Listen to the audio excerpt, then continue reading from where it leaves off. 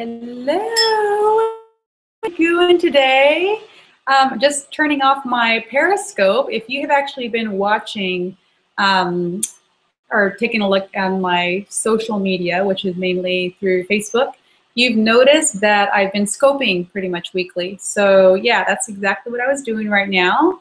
Let me just get this closed off so we can have some time together.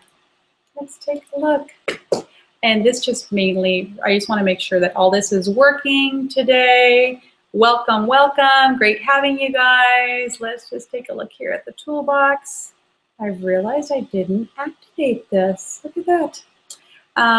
It's a beautiful sunny day, as you can see here in Toronto, and I'm really excited to have the sun out. It was a long winter here.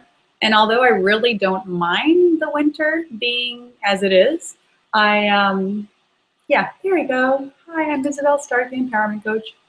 I don't really mind having the winter long and bad because you can always put on lots of layers, right? What I do not like is when it gets really, really humid and you just can't peel enough skin off of you to cool off. So yeah, I'm totally loving the sunshine and the weather, and I think it's great. So I'm really glad to have you here. I'm glad the sun is shining. As you can see, I'm in a different area of my home today. I'm actually coming from my son's little sanctuary in the living room. So it's a lot of bright light. We have huge windows. And yeah, I figured since he's not here today, I'm actually going to take over his little space and come to you and yeah, take advantage of it. So how is everybody doing? I am really excited to be here. I think I've mentioned to you, I'm just going to get comfortable here because obviously it's his play area, so that means I'm sitting on the floor. So yes, let's get back to what I was chatting about. This is the Empower Hour. I want to welcome you to the Empower Hour. This is actually episode 7, which episode 7 should have taken place last week. However, I'm going to share with you the reason that it did not go on. And it was a very exciting reason, and it was a 7-hour reason. So I will get to that in just a bit. First of all, for our viewers, I just wanted to let you guys know if you wanted to join in the conversation, the way to do that is to actually watch through Google+. So if you are watching mobilely through YouTube and you can connect through Google+, all you have to do is click the 9 squares in this area or what your screen, they are there. So if you hover over that, a pop-up box will open up and you're going to select the Q&A app. By choosing the Q&A app, what you can then do is you will then click on Q&A app and a panel will open up where you can actually type in your question live and I can take a look at it here. So I'm just going to close this off here and go to the Q&A. Make sure that's opened. There we go. Yeah, so if you have any questions, please log in there. I will be taking a look at that intermittently and answering the questions live. So the Empower Hour, what are we here to do?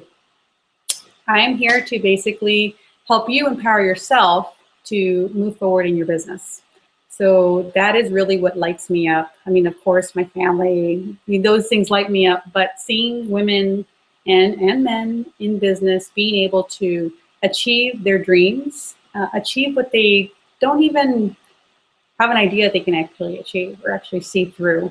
Those are the things that I get really excited about when I come across a client who maybe is just a little bit down on their self-confidence, and I'm able just to pull out really their strengths and what it is that makes them special, and help them package that in a way where they can see value in it. Easy way to do that is actually just pretend that you're talking to your best friend. You know, is just to really slam it all up there on the wall, on screen, whatever it is that you're using, even writing it out. Just really kind of brain dumping all the strengths and challenges that you've gone through, all the achievements that you have. You know, maybe you have tons of diplomas or certificates and programs that you've completed, and you have a huge stock of knowledge, but you just don't know how to package it up and to actually make it work for you. And in this day and age with social media and online entrepreneurism, everybody is pretty much looking for knowledge online. A lot of it is free, yes. And you can definitely go through Google and find as much as you can. But when somebody's actually been able to package that into a nice, pretty little box and give you, maybe it's tips on, how to cut someone's hair, whatever it is, everybody has a talent and a gift that they can share with the world. So just know that you too can do that. And that's what I help you do, and empowering you along the way. Because one of the things that happens in our business when we're building it is we come up against a lot of blocks.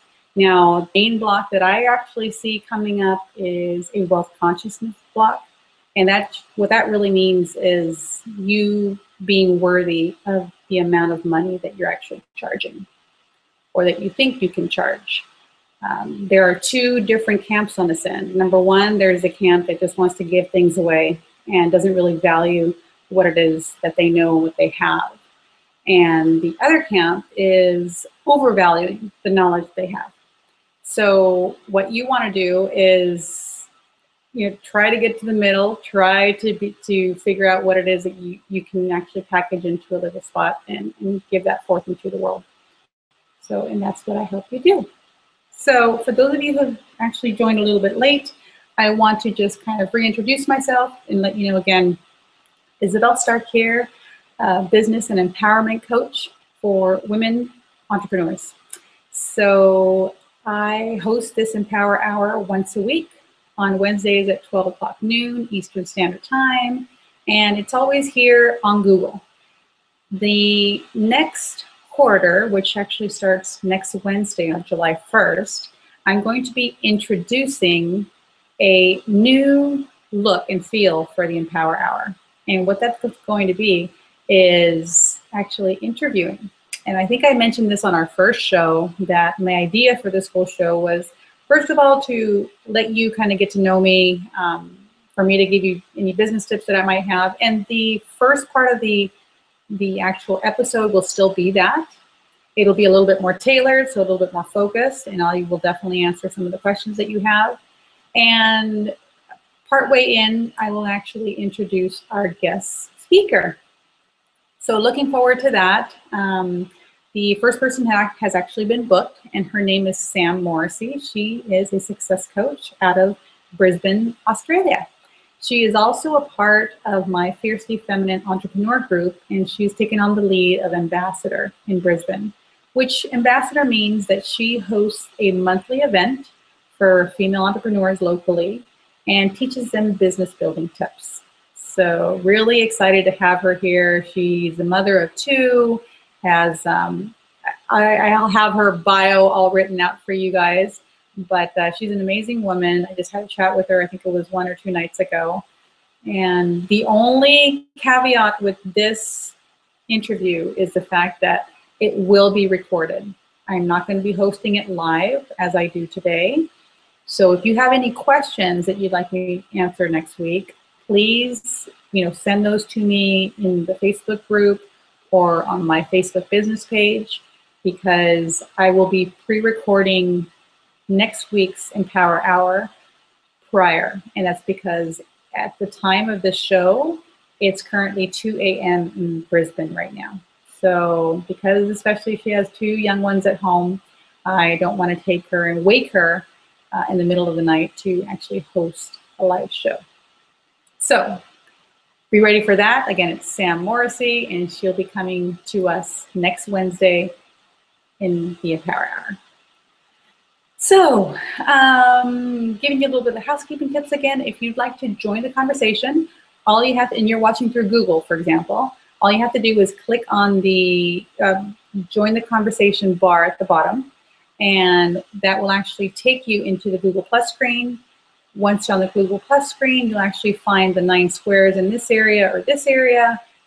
Hover over that, and you can select the Q&A app, which the Q&A app will let you, once you select it, a panel will open up on your right-hand side, I believe, and that's where you can type in your questions live, and I can answer. So hope to have any questions that you would like to ask today, have them answered by the end. So where are we going to start today? I actually just had a great conversation with a colleague of mine who's in Milano. She also is looking at becoming an ambassador for that city, so really excited to have her on. But what we were really talking about was really the overwhelm that we can get into as female entrepreneurs. Of course, this happens to male entrepreneurs as well, but there's something, I don't know, something special really about women and getting into this overwhelmed state. And I think it's because we tend to take on a lot. We tend to not say no. We tend to wear many, many hats in our home. We are entrepreneurs, we're mothers, we're wives, we're sisters, we're friends. We're the tax accountant. We might be the janitor of the house. We're also the chef.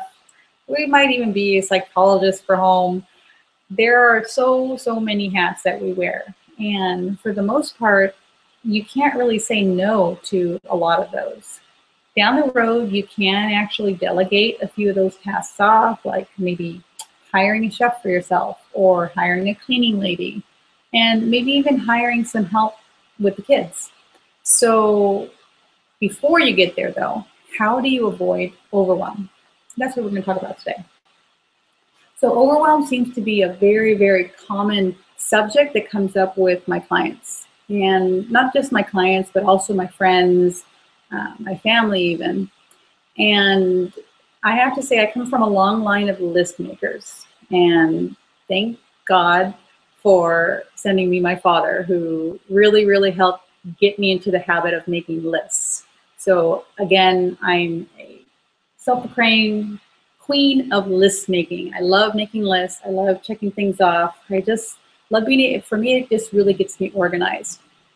So it may not be the best thing for you, but whether it's electronic or handwritten or a journal or a planner, whatever it is that gets you organized, your head can only save so much information. You might be one of those very, very few people who has a photographic memory and does not forget anything, but you are the exception, you're not the rule.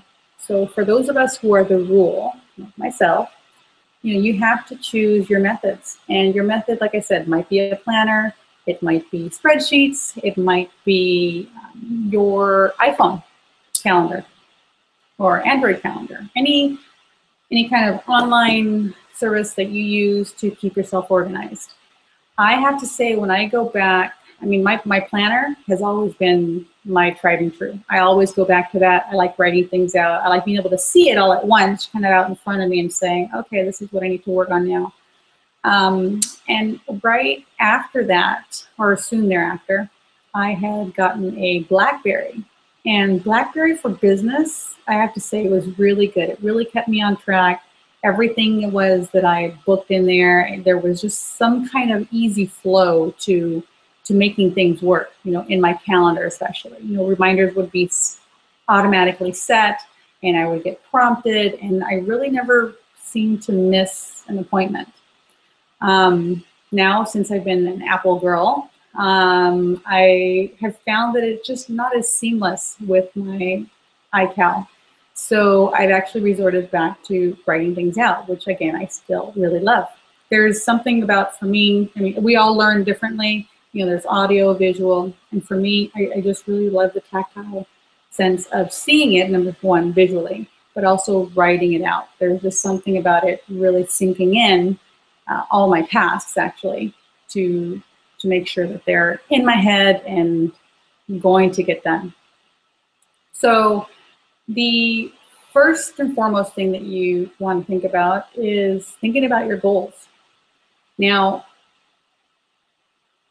I've talked about this so many times, and goal setting for you, it really depends on the goal that you're seeking. You might have a 5-year goal, but even that 5-year goal must be broken down into small bite-sized chunks to get you there. And for example, you might say in 5 years, you want to hit $1 million. So from that 5-year point, looking forward, you need to take steps backwards, 1 year at a time, in the second year, the third year. And then once you get down to where you are now, you really want to break down things into quarters. And maybe you're not doing something daily to actually attain that 5-year goal, but I would care to say that, yeah, actually you would be doing a little something daily, at least with that intention of that end result, as long as you're focusing on something in your business. So as with planning and goal setting, just remember that goals are just dreams that have a deadline. We all have dreamed at some point. We all kind of look into the sky and think, wow, I would love to get that, or I can't wait to buy that yacht, or, oh, that would just be a dream to be able to live on the road for the whole summer with my family. That's not possible at all. But it is possible. It is possible if you actually put the plans in place to achieve it. So just really remember that goals are just dreams with deadlines. It's very, very simple. And anything that you dream about can be brought forth. Really anything. That's how pretty much everything around us exists. It was a dream or an idea or a thought or a belief in someone's mind, and they were just persistent to actually see it happen. So just remember that again. I'm going to say it again. Goals are dreams with a deadline. So why don't we make some goals that are attainable and help you reach your ultimate? So with that, I want to talk about how we plan out our year, for example. Like with the 5-year plan that leads out 5 years, breaking that up into yearly increments is ideal. So at least you have things broken down into years, and each year you need to reach a certain amount. Say, let's stick with the $5 million in 5 years. So you'll want to break that down into years. You can't say from year 4 to year 5 that automatically you're going to go from 0 to earning $1 million. While some people have been able to do that, again, it's the exception, not the rule. And for those of you who are out there and really want to attain something true in your life, you have to consider yourself as the rule. If you end up being the exception, hooray, let's kick butt. That's amazing. Let's celebrate. Yay. But to be realistic and to really know what it takes to be successful in whatever business it is that you're choosing, or any goal that you're looking to attain, you really have to look at it from the aspect of being the rule. And it's possible. You can do it. All it really takes is some planning and really some action and persistence. Because without those two, nothing is going to happen. I can remember making goals myself that, they were just kind of like really dreams. They were really dreams. They weren't really goals. They were just more like dreams. Oh, someday I want to do this, and someday I want to go there. And it wasn't until I really sat down and said, okay, this is the year that I want to go to Thailand, for example. And this is the year that I'm going to take a whole summer off and spend it in Asia. And until you actually make that dream and give it like a true date, a deadline, it's still just a dream kind of floating around. So that is my little tidbit of information for you, that change your dreams, make them a goal by setting a deadline. So let's work that backwards. The one thing I've really talked about a lot is planning, and planning, say, for a year. It's great to have a yearly goal, but that yearly goal needs to be broken down in quarters, because for sure within 12 months, you have a better chance of accomplishing that goal if you're breaking it down in smaller chunks. 90 days is a great amount of time for you to achieve pretty much anything. I mean, really, if you put your mind to anything enough in 90 days, you can make it happen. So by breaking that down into 4 small-sized chunks, then you have a gauge, and you know, I'm achieving this, I'm falling short, I need to up it in the next quarter or whatnot. So from that, then you're actually breaking down that quarter into month increments. And what I like to do with my quarterly planning is to actually give it an accomplishment date or deadline. So say, for example, here, I'll use my calendar here. I have a quarterly goal. Let's see. I'm working on my July goals right now, by the way. My quarter 3. Can't believe it's happening next week. Actually, all of my June goals have been accomplished, but one of the goals that I had required monthly, or actually one of the goals required weekly planning. So what that ended up doing for me is every time I would go to my monthly and weekly plan, which was, you know, weekly or monthly, I would be able to schedule certain tasks that would get me to my quarterly goal. So just by knowing, okay, you know, it's a social that I'm planning and it's an event that I'm putting on, so I need to plan for it weekly. Every week I planned, I gave it some time, maybe an hour in my schedule, maybe, you know, 5 hours, depending if it was the week of planning, so that I could actually get that done. So that is one key thing, and I actually call it the accomplished sequence. And that's what really helps keep me on track as to attaining my final goal. And, you know, monthly and weekly, those two are great. I mean, they're pretty, you know, self-explanatory, monthly planning, weekly planning. But the call that I had today really had to do with knowing where you're at, because you can't really fix your schedule if you don't know what's broken. Now, some people might say, I'm just overwhelmed, I got too much on my to-do list, I don't know what to do. Okay, so, you know, come down off the cloud, just relax, sink your feet on the ground, and let's just really find out where you're at. So another tool that I used is I use a sheet that's called, I've given it the name of the hours required. So I take a 24-hour day and I just jot down the things that I do. Like it might be, I sleep for 7 hours on average. Once you start calculating, this will crack you up, but I spend 2.5 hours on meal prep and eating. So that could be, you know, cutting, cooking, feeding, and then cleaning up. So in a day, that's actually spent on my meal prep. Business client sessions, 3 hours per day. Now that's not every day, but again, I'm just keeping track of one specific day and what I do. So once down, then I have a full 24-hour day. Once that's done, I actually start to plan my ideal day. And my ideal day is really how I would want that day to look, what it is that I want to accomplish. And I always start with, you know, sleep. You know, that one's always 7 hours or 8 hours or 6 hours for some of you, whatever it is that you need.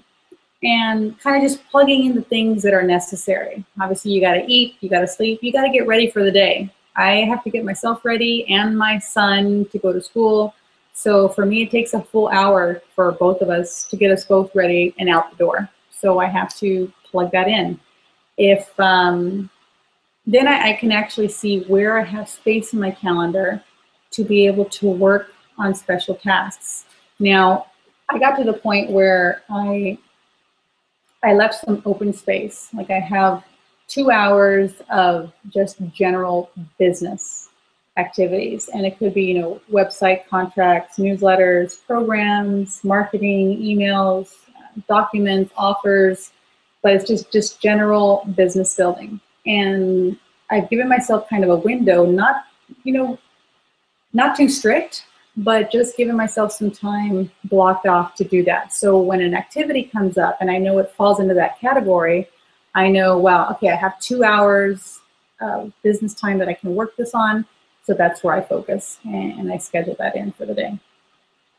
So once you have your complete ideal day, you know, maybe not every day is going to look the same. You know, your Monday might look different than your Saturday. Most likely it does. and it might even look different than your Wednesday. So create as many hours required ideal days that you need. And while every day might not pretty much work out this way, at least you have kind of an outline and a diagram as to how you ideally want it to look. So I'm just going to take a little break here, and for those of you joining in, if you wanted to join the conversation, I want to, number one, remind you how to do that. So again, my name is Isabel Starck. I'm your business and empowerment coach for women entrepreneurs. And to join the conversation and ask a question live, if you're watching through if you're watching through YouTube, there is a square down here at the bottom that says join the conversation. Click on that. You'll be redirected to the Google Plus screen, which is this one here. And once you're at this screen, there are 9 squares in this area or this area here. All you have to do is hover over that with your mouse. Click on the Q&A app. Once you select that, a sidebar will open up either on your left or your right-hand side. And that's where you can actually type in your questions. So feel free to type in your questions there, and I can answer them live for you. All right. Thank you. Let me just go here. So finishing up on the hours required.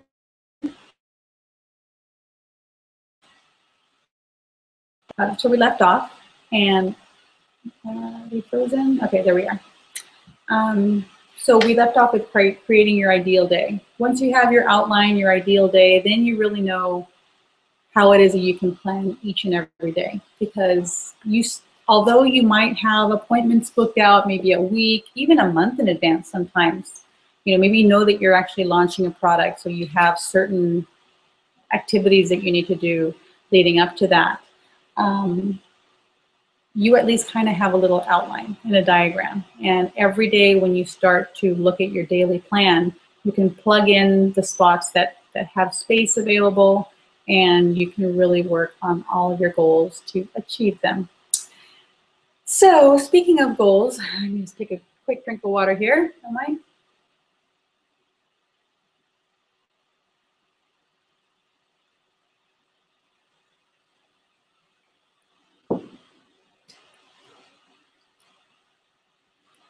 Talking about goals. So with your goals, there are different types of goals, of course, per day. You have your personal goals, which might involve, you spiritual, praying, meditating, exercise, just personal things that you want to get done. Maybe getting your nails done, going to the golf range, whatever it is. But you have personal goals that you plan for your day. Next, you have livelihood goals. And these livelihood goals are more structured around your business. So the things that bring in an income to allow you the wonderful life that you live. And next is your activity goals. Now your activity really has to do with more movement and being active and being, in motion, doing things. Part of that might actually be running to go pick up your kids from school, or, ushering them to the movies with their friends. So those are activity goals. And then finally are your nurturing goals. Your nurturing goals are the ones that are really going to feed your soul, feed your mind, and really feed your body. So those are the ones that create balance in your life, especially in this hectic world that we live in, and they really ground you.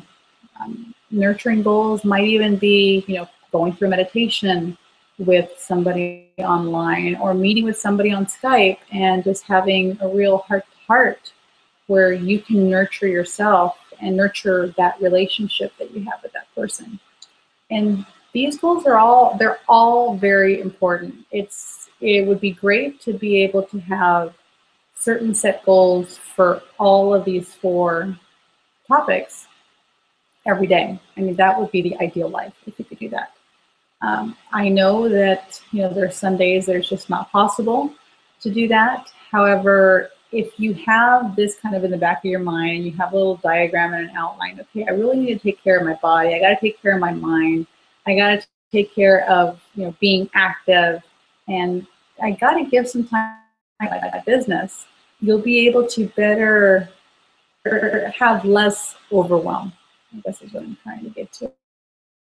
Just recently in my Fiercely Feminine Entrepreneur Facebook group, I introduced something called the TTD, which is the top to do. As I mentioned to you before, I am an avid list maker. I love that.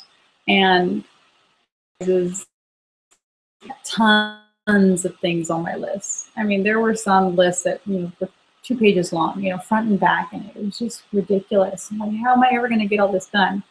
Now, it depends on the goals that you make, right? Waking up, those don't count. Those you have to do. But when you face the day with a double-sided piece of paper of things that you have to get done, you might accomplish all those goals, depending on the goals. But for the most part, you'll probably fall a little bit short, and then you have to transfer some of today's goals till tomorrow, which is not bad. However, your body cannot function like this optimally 7 days a week, 24 hours a day. It's not going to happen. At some point, you're going to lead to burnout and to utter exhaustion. So to avoid that, the way to do it is, or one way to do it, is to really pick the top 1 to 5 things to do. For myself, I try to focus on 1 personal goal, 1 livelihood goal, which is business, 1 activity goal, and 1 nurturing goal. And I try to do that on a daily basis. And as I mentioned before, like yesterday's goals were really only personal and business. I didn't have time for exercise. I had my son the whole day. It's okay. It's okay. You have to be gentle with yourself and be understanding that not every day is going to look the same. So you have to be okay with that. Take a deep breath and just go forward, because no one else is going to accomplish this but you. So living without overwhelm and being able to do it joyfully is really important. I mean, the last thing you want is to be able to accomplish a lot of these goals that, you're such a go-getter, you're such a hustler, you're going out and getting it done. And then when you look back, you realize, wow, when was the last time I talked to this friend of mine? Or when was the last time I saw my family? And as I'm saying that, I'm thinking about my family and how I live in Canada. My family lives in the States. We're on opposite sides of the coast. And I haven't seen them for 12 months. I've only seen them on FaceTime and Skype and whatnot. But I haven't physically seen them in 12 months. So I have set myself a goal to see them, by a certain amount of time this year, which is really exciting. I mean, it's exciting, again, to create that dream and set it as a goal by actually planning it. And you can do it too with any goal that you have, any idea that you want to see brought forth. I'm not going to say it's easy to do. In a sense, it is easy. In another sense, it's not easy, but it's doable. And that's all you have to remind yourself, and that you're worth it. So if you have any questions regarding this, I'd love to hear them. We are going to end this episode at 12:35-ish, only because that is really what I had to say to you today. And I want this to kind of sit with you and just have you kind of reflect on how much time you're actually wasting or spending with maybe planning even. I know that there are some days where I feel like I plan for hours and I do get some stuff done, but set yourself a limit and don't be afraid to jump on wherever you left off. The conversation today led me to a question that was, well, how do I get back on? Like, what do I do when I realize I didn't accomplish the tasks that I wanted or the goals that I wanted? And my answer is just simply, you jump back on the horse immediately, as soon as you realize that you haven't maybe planned your day. And I use a personal example that if it's 1 o'clock in the afternoon or even 8 o'clock at night, and I look at my calendar and it's completely empty because I forgot to make a plan for the whole day, I look at the rest of the day. And if it's 8 p.m., maybe I have 2 or 3 hours left of awake time. So I plan out those 2 or 3 hours and I get what I want done. I could have definitely got a lot more done if I would have planned it in the morning, but I can't feel guilty about it. Otherwise, I'm going to just hold myself in this holding pattern and not ever accomplish anything. So wherever you're at, once you realize it, step in and just make a change. It's okay to start where you're at. So be gentle and be loving and be kind. And I look forward to seeing you next week as we interview Sam Morrissey for the Empower Hour. So see you here next week, Wednesdays at 12 o'clock in the afternoon, Eastern Standard Time. Thanks a lot, loves. Bye for now.